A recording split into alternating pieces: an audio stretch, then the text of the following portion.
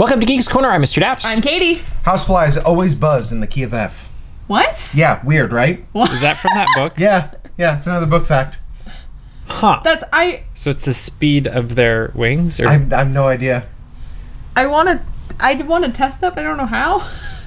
We'd need a really, powerful microphone, which we have. But we need a housefly. Which we have. Or some really powerful houseflies. We need some powerful houseflies, some microphones, and Scotch tape. Do you remember Honey, I Shrunk the Audience? Perfect. The opposite of that with houseflies. That would be bad. Yeah. Can you imagine a 6-foot housefly Well, right that's here? Hey, a Wouldn't literal that housefly. Yeah. Also, wouldn't that change the tone? I'm just... is that like a baritone housefly? Maybe it's by octave. Housefly soon. It's a bassoon joke. It didn't work, but I was just going to spell it out. You're welcome, Jenny. Yeah, but I just like to imagine that it's a literal housefly instead of being like, oh, housefly, how annoying. It's more like, oh, there's a housefly and now I have to move out.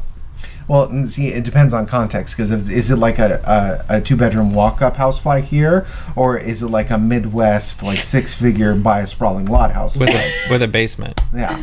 Do you want to move on with Housefly basement. Basement fly. Use the hashtag Geeks Corner and the hashtag Housefly Basement to talk with us about tonight's episode. And if you think this is random, you should watch last week's Candlelight from Saturday night, because you're going to hear the most random telling of the Christmas story, which we were there for throughout the weekend. How was that for a segue? I was actually... Yeah, we pulled order out of that chaos, right? We do that sometimes. Sometimes, once in a while. Anyway, Chris Pratt was our celebrity narrator here in California. Star-Lord. Guest on the show, welcome, Chris Pratt. That'd be awesome. For Disneyland's Candlelight Ceremony on Saturday and Sunday night. It all blurs together. We were... Honestly, I don't know what day it is. Between waiting for the show, watching the show, editing the show, rendering the show, and then doing it again. Candlelight consumes us. Yeah. It's a beautiful, beautiful thing. But you're completely exhausted and dead after you spend a weekend at Candlelight. It's always very funny to me because people talk about seeing Candlelight once, or we talk to people at the first show of the year, and they'll say, yeah, there's our favorite tradition. We always watch this show. And I always go, oh, you only watch one. Oh, that's right. Real normal people. Real people don't do it many times. Yeah, normal people go one time. They're smart. Thank you, Christmas. We go, we might watch 2, 3, 4. Who's to say, really? We usually aim for 2. We always aim for 2. But we wait for the 2 that you have to wait the longest for, which is always great. Because we're geniuses. Well, and it's fun to get the first one. It is. Especially because you get the moments like I was talking about where Chris Pratt explains the Christmas story in the way only Chris Pratt can. You heard it here first. Chris Pratt rewrote the Bible. He paraphrased it. He admittedly paraphrased it. I want to hear the whole thing, actually. Let's just have a television show that's Chris Pratt reads the Bible. In the beginning, there was this dude, God, right? So he made these guys, and they were just like a garden. It was great. I just imagine imagine a giant sphere. He was on the Milano trying to explain the Bible to the rest of the Guardians. Like that. Rocket's like, so wait, there's this guy that died, and he came back. Yeah, no, you gotta listen. Okay. That's what I imagined was that he was on the Milano and he was like, okay, galaxy, meet God. Anyway. Are you there, galaxy? It's me. Pretty much. Star-Lord. Yes. So, Candlelight, we've been filming it. I think if I'm correct, we've filmed it for 12 years. We've covered it longer. This was our 12th year. What's your favorite part of Candlelight? Go ahead, Cameron, since you raised your hand so politely. Oh, the last 15 seconds of Handel's Messiah. With those fanfare trumpets going the trumpets, crazy. And they do like a light wipe up and everything. It's just so extra. It makes me very happy. It's pretty cool. I was actually just talking about this. My favorite part is when the passage is done, but it's still Disneyland script. They talk about going home and love and all that stuff. It makes me all warm and fuzzy. The warm fuzzy part. Yeah. Okay. I have warm fuzzies. It's whatever. I always like Silent Night.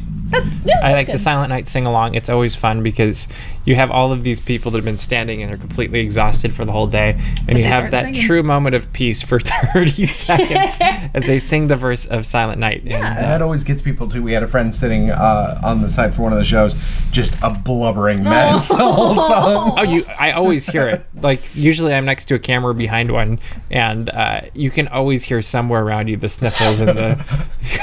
Yeah. Yeah, it's true. And I really want to turn around and see who. Like, there's always that, like, who is that? But I give them their dignity. And then Mr. Daps barrels down somebody who is crying openly in public. Well, I just imagined, because you're holding the camera. And Interview. So I imagine that as you try to turn around, that you just accidentally start turning it, hi, Cameron. then suddenly it's someone crying. It was Cameron. It's okay. I don't have a problem with my emotions. Do you? No, I love that. No. We saw Inside Out. Okay. The more emotional you are, Cameron, the happier we are. I don't know what that means. No. That doesn't mean we have a good handle on our emotions, Mr. Daps. It depends which way. It can go any direction. The more you have, the merrier. Rage. The more emotions you have, the merrier? That means you win, right? I've collected the Infinity Gauntlet of emotions. That's not how it works. Express, not repress. That is good. Yeah, good. You've repeated a thing. I was going to say, we've gotten one good thing out of this conversation. One. Chris Pratt was awesome. That's what we got. That's it. Yeah. That's it. So you've seen a few Candlelight narrators through the years. Which one is your favorite? I really liked Hemsworth last year because he's got a good voice for reading scripture.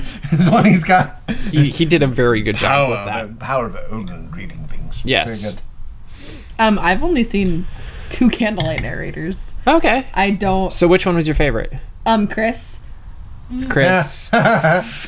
Chris, plural. They are Chris. Which one? Assimilate now. Resistance is futile. Mm-hmm.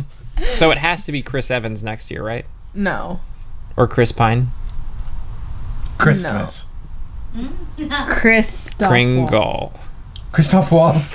Oh, I would watch that so much. That would be amazing. I actually really... I'd love to see Tom Hanks.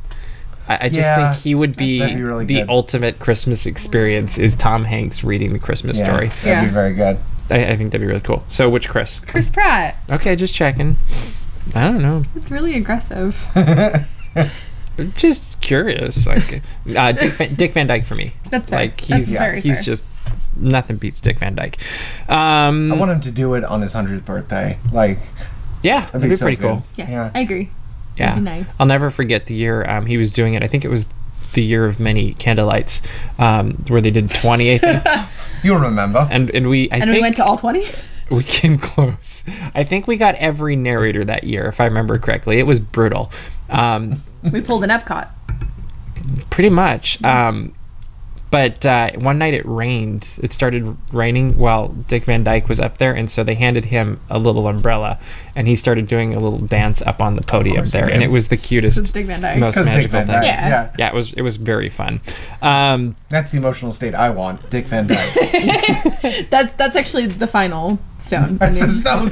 When all the stones combine, he snaps his finger. Yeah. Dick Van Dyke. Except for when he was on Columbo. No, especially when he was on especially? That one creeped me out. Especially. That one was creepy. When he was on, so it's those kinds of guests on those shows that when in the credits and special guest star, it's like they're the one that did the crime. Like, well, yes. Special guest, the one name we recognize. Which they really need to put Columbo back on Netflix. All of it. Is this your? Yes, I want to see. I want to see Columbo back on Netflix. Yes, that's the best line of all Columbo. One more thing. They just got one more thing to go over. Yeah, that's the Columbo move right there. Just so you kids know. Pulling a Columbo. Well, and he always has that like. So I was at home, and this just kept bothering me. It's kept bothering me. I couldn't get past. This is our Columbo fan cast. Welcome. I wonder if one exists. Oh, I guarantee there has to be. Columbo is such a great show. It's great because you know. Still going. Okay, cool. Why not? We got nothing else to do. Remember how we do a show about geek things. It's been so long, I don't remember anymore. No. This is about Columbo. Welcome to our Columbo podcast. You know what's great about Columbo? It'll do just as well as Star Trek does on this show. You know what's really funny? Let us know what you think about Columbo. Columbo stopped sounding like a real word. It does, yeah. It's like Columbo. Francisco. Yes. Favorite Christmas movie? Go. Oh, what? Die Hard. We've already discussed this. We have already discussed this. Okay, I wonder if it I got to watch it again this season, and guess what? It does not hold up. Man, it's so good. I've never watched it, and that makes me nervous. That's a good. We gotta watch it. Oh, the spirit of the season is not upon you. No, it's so good. It all makes sense now. So I only die soft. It's one of those movies, and it's something Disney has never been fallible of, to relate back to our show, which is they had a particular rating they were going for, and they had to try real hard to get to it, and it feels so forced. Oh, it really does. Oh, it's so bad. But Alan Rickman. He plays such a good villain, you guys. He's an amazing villain.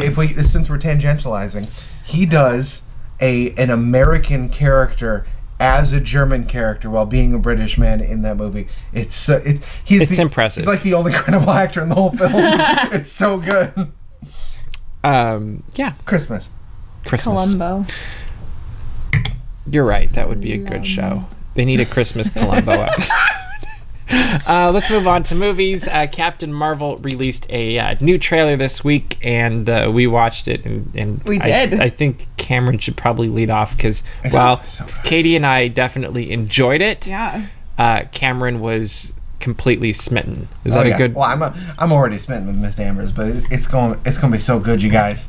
It's going to be so good. This trailer highlighted a lot more in-depth, both stuff that has been established in the comics, which is really, really good in-depth storytelling, and also a lot of stuff that they've changed for the sake of the MCU, which is all, in my mind, so far very, very wise to make it all fit together. Because there's a lot of weird stuff with Captain Marvel that they're finding ways to put in that don't feel super awkward. And the thing I'm really curious about with some of those things is how, or if, Agents of S.H.I.E.L.D. has any chance of staying within the realm of the story that's already been told and is being told, because it's definitely going down a road that Agents of S.H.I.E.L.D. has touched on, and then you've also got Fury and Coulson, who are definitely a huge part of S.H.I.E.L.D., and it'll be interesting to see if after this movie, if the first few seasons of Agents of S.H.I.E.L.D. still make sense.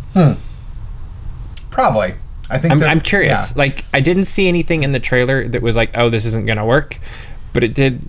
Like, I had question marks going up in my head. I'm like, huh. In fact, I said Tahiti at one point because there was definitely a reference in there. He didn't say Tahiti. He squeaked Tahiti. He did. Squeaky. I actually thought it was more of a breath. Thank you. A breathless thing, but squeakity squeak squeakers. Thank you. What do you think of the trailer? I love it a lot. There's a cat. That's it. Is it a cat? It's not a cat. At least in the comics, it wasn't. It looks like a cat, and it might. I'm wondering if they keep it. It looks like a cat and it acts like a cat. They might keep it a cat for the sake of the movie. In the comic books, the cat's name originally was Chewie, and I've read some conflicting things that it might not be named Chewie in this movie. However, in the comics, just checking the credits. Chewie is an alien that fights with Rocky Raccoon on several occasions. That would be fun. And lays eggs and has interdimensional portals in her tummy. I am all for it. Captain Marvel is a weird comic, guys. I love it. It's so good. So good. But they need to go somewhere else, so I think this is a good move to make. I was disappointed that we didn't see Coulson in this trailer, personally, because it's going to be more of a gut punch when it comes. Like, they're going to do more work with it for people like you who like that sort of thing. I actually don't think he's going to have. I think he's going to be a part of it, but I think he's going to be more traditional. What we saw in the MCU with him, where he really is that outlying supporting character that's not really central to everything yet. It's going to be all about Fury, I think, which is fine. The one big thing that they did in this was they showed a lot more of there's a couple of things that can happen with Captain Marvel, at least in the line they're pulling from the comics. Captain Marvel at full power is just outstrips everybody else in the Marvel Cinematic Universe. And we see a glimpse of that in this trailer.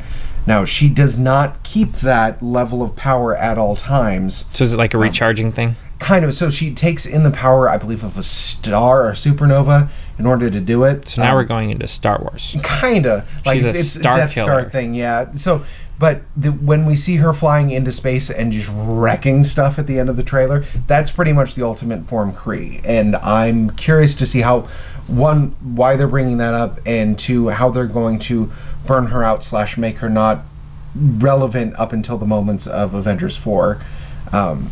Where she go, what she do? I think that's the biggest question. Well, and that's where that's will have lasting impact on Agents of S.H.I.E.L.D., I would guess, as well.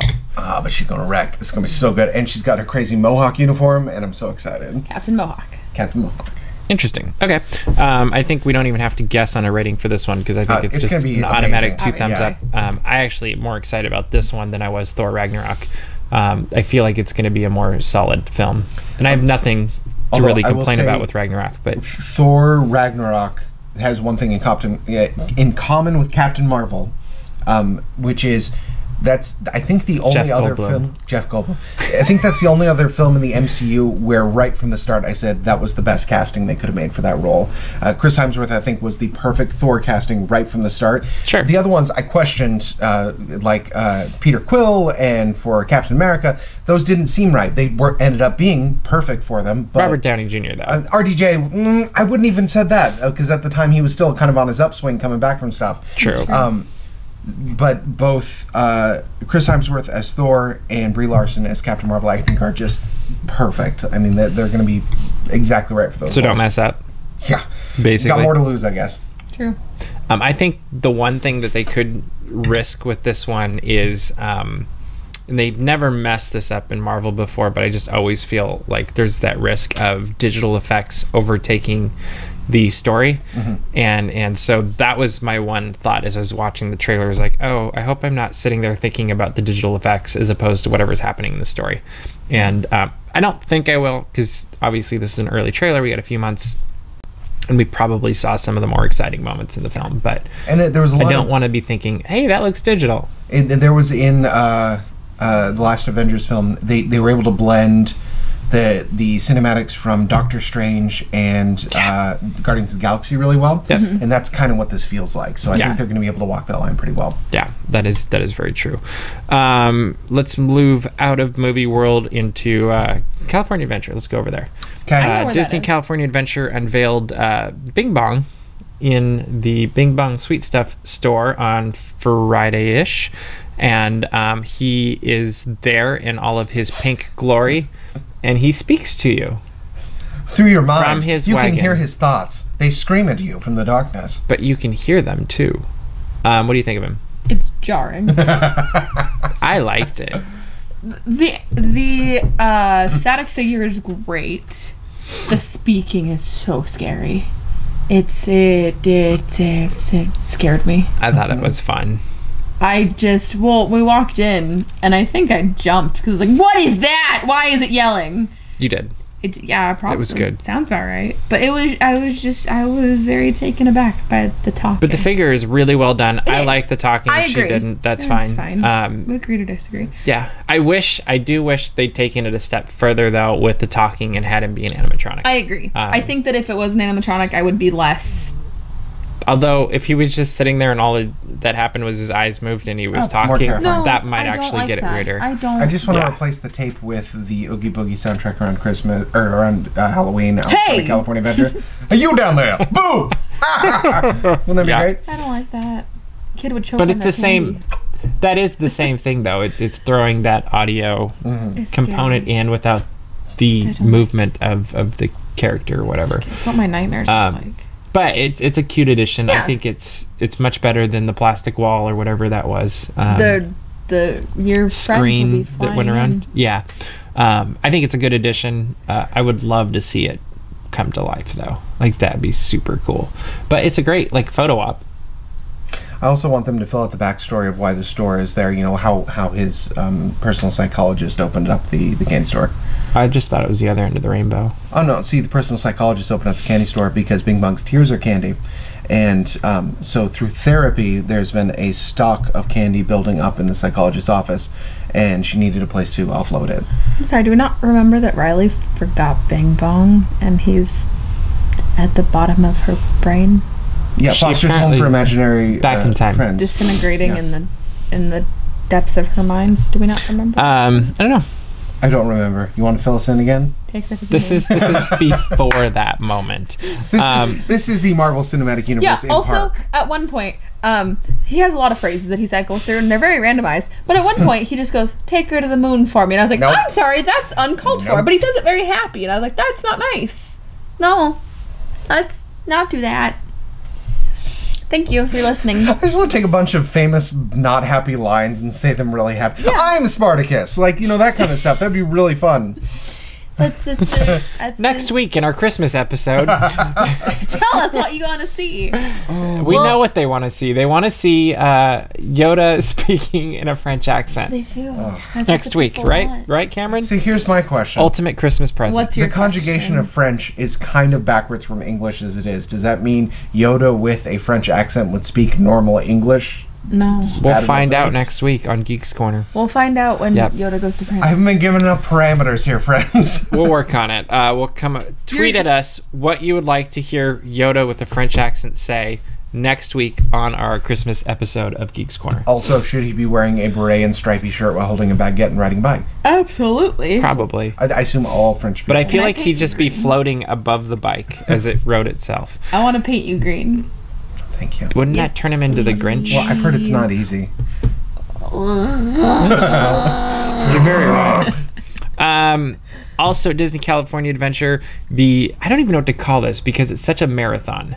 What? Phat Cat Swinger is doing 62 nights of performances non-stop except for weather because they did get rained out on Thursday night. They did. But 62 nights on that stage. It's crazy. Every night. They're bananas. And they're still having fun. Mm-hmm. Yeah. Mm-hmm. Like, they're like, what, 20 nights in? 25, 26? 27? I don't know.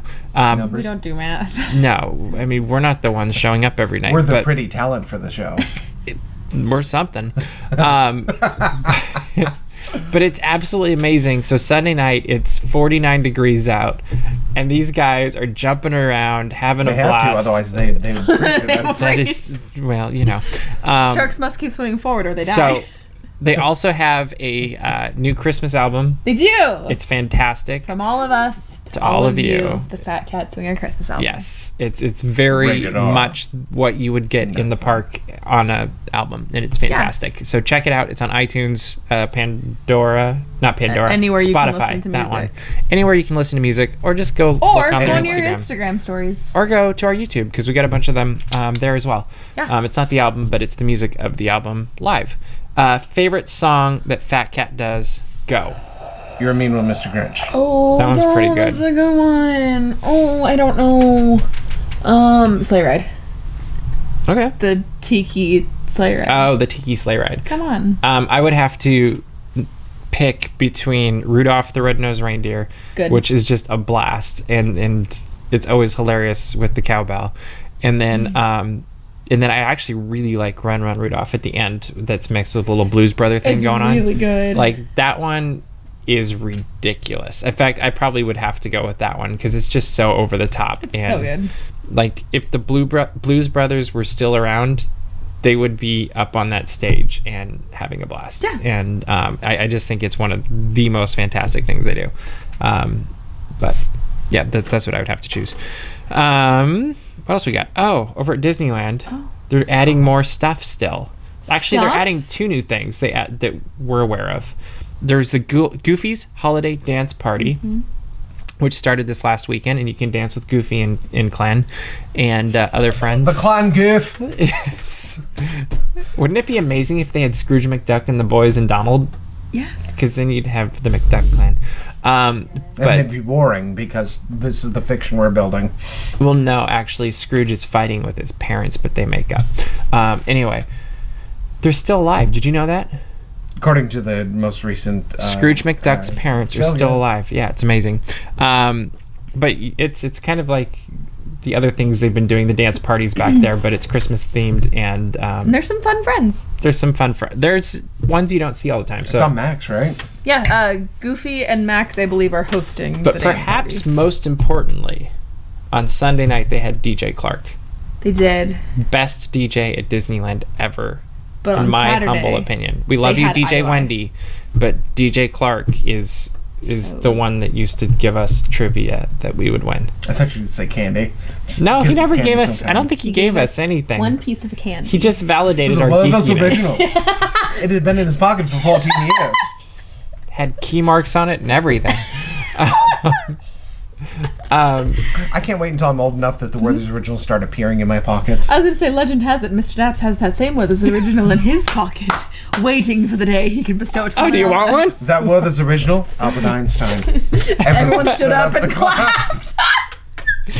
And then Mr. Daps gave me $100 and a Werther's Original. This is just a combo of really deep cut meme stuff. It's so bad. Internet, if you're following this, I'm sorry. Speaking of memes, we don't have the technology tonight to do this because we don't have a producer. Can I recreate it? But Bailey, Bailey made a beautiful meme this week that was so apropos, and we really should share this video again and the picture of you helping this video. No. But why don't you do the meme, and then we'll talk about the video and how much we love it. Read the meme, and I'll read the memes. Well, I'll read my part. Read the memes. Okay. I never want to touch a porg or be near one. Then it's Geeks Corner crew takes a photo of Katie working with Norm the porg. And then But Pikachu with ears. It was great. It was fantastic. What was the video that you were working so diligently on? First of all, no. Second of all, I didn't. What was the video that you were working so hard on? Rudolph the Red-Nosed Reindeer featuring Norm the porg. I don't think anybody heard you. Whoa. We knew what you were saying and we couldn't hear you. All right, try again. Think of how fast I can say that. If you don't say it in a way that they can hear it, Norm is going to start singing for us. He hasn't sung on the set for a very long time. He doesn't need to. Okay, so what were you doing? Which means he's going to start getting demolished really soon. All right, so video. Rudolph the Red-Nosed Reindeer featuring Norm the porg. Very good. And where can they watch? Yes, that's true also. Mr. Worldwide! North Pole! Where can they watch said video? Whoa! That was a good one. Yeah. I don't know what's I'm not sure. Here's a little behind the scenes for everyone watching at home. My goal is not to entertain you folks at home. It's to break her. And so I've achieved my goal. And it happens once a week. And if you think it's fun tonight, wait till the new year. Yeah. We have ideas. Plans. I don't like what that is. I'm sorry. This is what happens when Cameron and I go to Disneyland late at night on a rainy Thursday night. True. Well, guys, it's been really great. It was a blast, wasn't it? Last show. So you guys got this, right? Really quickly, though, actually, we could talk about this. We didn't do an article, but Disneyland in the rain. It was cold. I was amazed how many people were there. Yeah, there was still a crowd, wasn't there? Yeah. It kept raining. Yeah, it was this constant theme throughout the night, Mr. Daps kind of going, I bet the rain's going to stop here any second. And then you just start dumping again. Just... Mm-hmm. Well, great. And we were watching the weather report, and it kept saying the rain was done, and then it kept coming. And it was fun. We got some good pictures and ruined some shoes. That's fine. Yep. But it was fun. Finally, I don't know how to say her name. Is it Dami Shi? Yes. Okay. She was the director of Domishi. She was the director of Bao, but she's going to be directing a full feature length film for Pixar, and that's really all we know about it. But I'm excited just because I love the storytelling. We also know we're going to cry. Come on. Don't Probably. act like you don't know that. You're right. But I love Bao. Like, I just thought it was a great short. And so if you were pitching her movie, first story that comes into mind, what would your pitch be? Sentient foods. Now follow me. It's a tomato. Is that what you're saying? Or? Also a cucumber, and they sing songs about Christianity. Okay, but so funny thing. So here's where I was going with that. Is I was thinking of other foods. I was thinking of Elf. And I thought of a cheeseburger, and then I was like, oh, we should take his cheeseburger silly songs with Larry and make my only cheeseburger. We have an innate knowledge of VeggieTales on this program. I was raised on VeggieTales, but that's beside the point. The rumor weed still scares me, but that's my VeggieTales deep dive for another day. That reminded me of Chris Pratt when he was first reading the when he turned Christian story. No, there was a word, and he's like, I didn't notice it till we were watching tonight, and he does this really funny point thing, and I was just like, Chris Pratt is a very good improv actor. I really feel like it's like I really feel like the thought process there was like, I just said that word. Yep, that's what the script says, and I read it. So guess what? But then I'm gonna paraphrase Shakespeare. He's like, I'm reading the original translation. Pitch for the film, go. Cheeseburger. Well, whatever she does, it's got to be. So she works really well with representative stuff that like has a lot. So the thing with Bao was it had a lot of deep meaning that was really, really buried in layers of representational discourse. So you're saying she's making a film about an onion? Because it has layers. Yes. No, that's DreamWorks. That's Sorry. Shrek, yeah. Doesn't matter, not anymore. They keep selling that thing. So Yowza. My pitch isn't a concept so much as a caution to make sure whatever thing is picked can run for a full feature-length time. I think she thrives on the gut punch of the reveal, which works really well with Pixar stuff in general. Yep. I just want to make sure that there's not because there's a certain point where if you do too much build up to lead to one moment, it doesn't hit too hard because it took too long to get there. Mm-hmm. It worked in the short length. I just want to make sure that she can expand that concept to whatever she's working on to have many moments that lead to whatever the revelation is she's trying to get in meaning. Cool. I don't have a pitch. I would like to see something that builds off what she's already done. Completely different story, completely nothing like what she's done. But I do think it'd be very cool if the setting was again in Canada. Bao takes place in Toronto. She has roots there. I would love to see her explore. Like, I can't really think of many deep movies, which Pixar usually has a level of depth to it, that take place in Canada. My objection: Scott Pilgrim vs. the World takes place in Canada. That's true. And that is a deep film. Well, I was thinking of Canadian Bacon and Dudley Do-Right. So you went to jokes. I went to good. Yeah, you did. But I would like to see, I mean, they've hit different regions of the world so far with different Disney Pixar films, and I think Canada would be cool. Like, Canada's got a really cool history of, like, the cultures meshing together and the French culture in Quebec, and there's a lot of stuff honestly, there. I would, this wouldn't necessarily be her region, but I would almost go far northwest, up towards, where they have all of, I don't even know what they would do there, but I'd love to see something to do with that really... Like the native Inuit population? Yeah. That'd be very cool. I don't know. I feel like there's something there, and there's lots of stories that just people don't know of Canada, and you could even do something like to incorporate the story of the totem pole or something, because those each have stories that are fairly deep, and that'd be pretty cool. That sounds like a Pixar film, like a totem pole. It does. It has it that. Does. Yeah, and didn't they have a studio for a short time up in Vancouver? I don't know if it's still there. I think they had some stuff happening up there, if I remember correctly. Let me know in the comments if my memory is correct. Anyway, we're running out of time for tonight, guys. Next week, we must not forget. Mustn't. It is our wonderful once a year Christmas hour-long episode. We've spoken it into existence. Now we have to make it happen.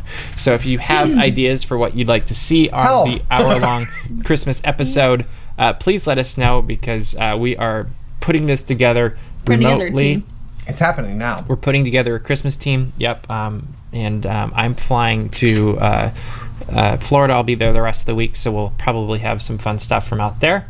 But that's what we got for you this week. You should go to thegeekscorner.com. That's thegeekscorner.com. If you want to catch up on some of our previous Christmas episodes, maybe get a little bit of a flavor for what we like to do with these, it's a great chance to catch up. Go to dapsmagic.com. Check out all the Disney and geek news as it happens. Find out how to rock some of our awesome merchandise, or find out how to become a Daps Magic maker. And make sure to subscribe to this channel. We've got a lot of really fun videos going up this season in particular.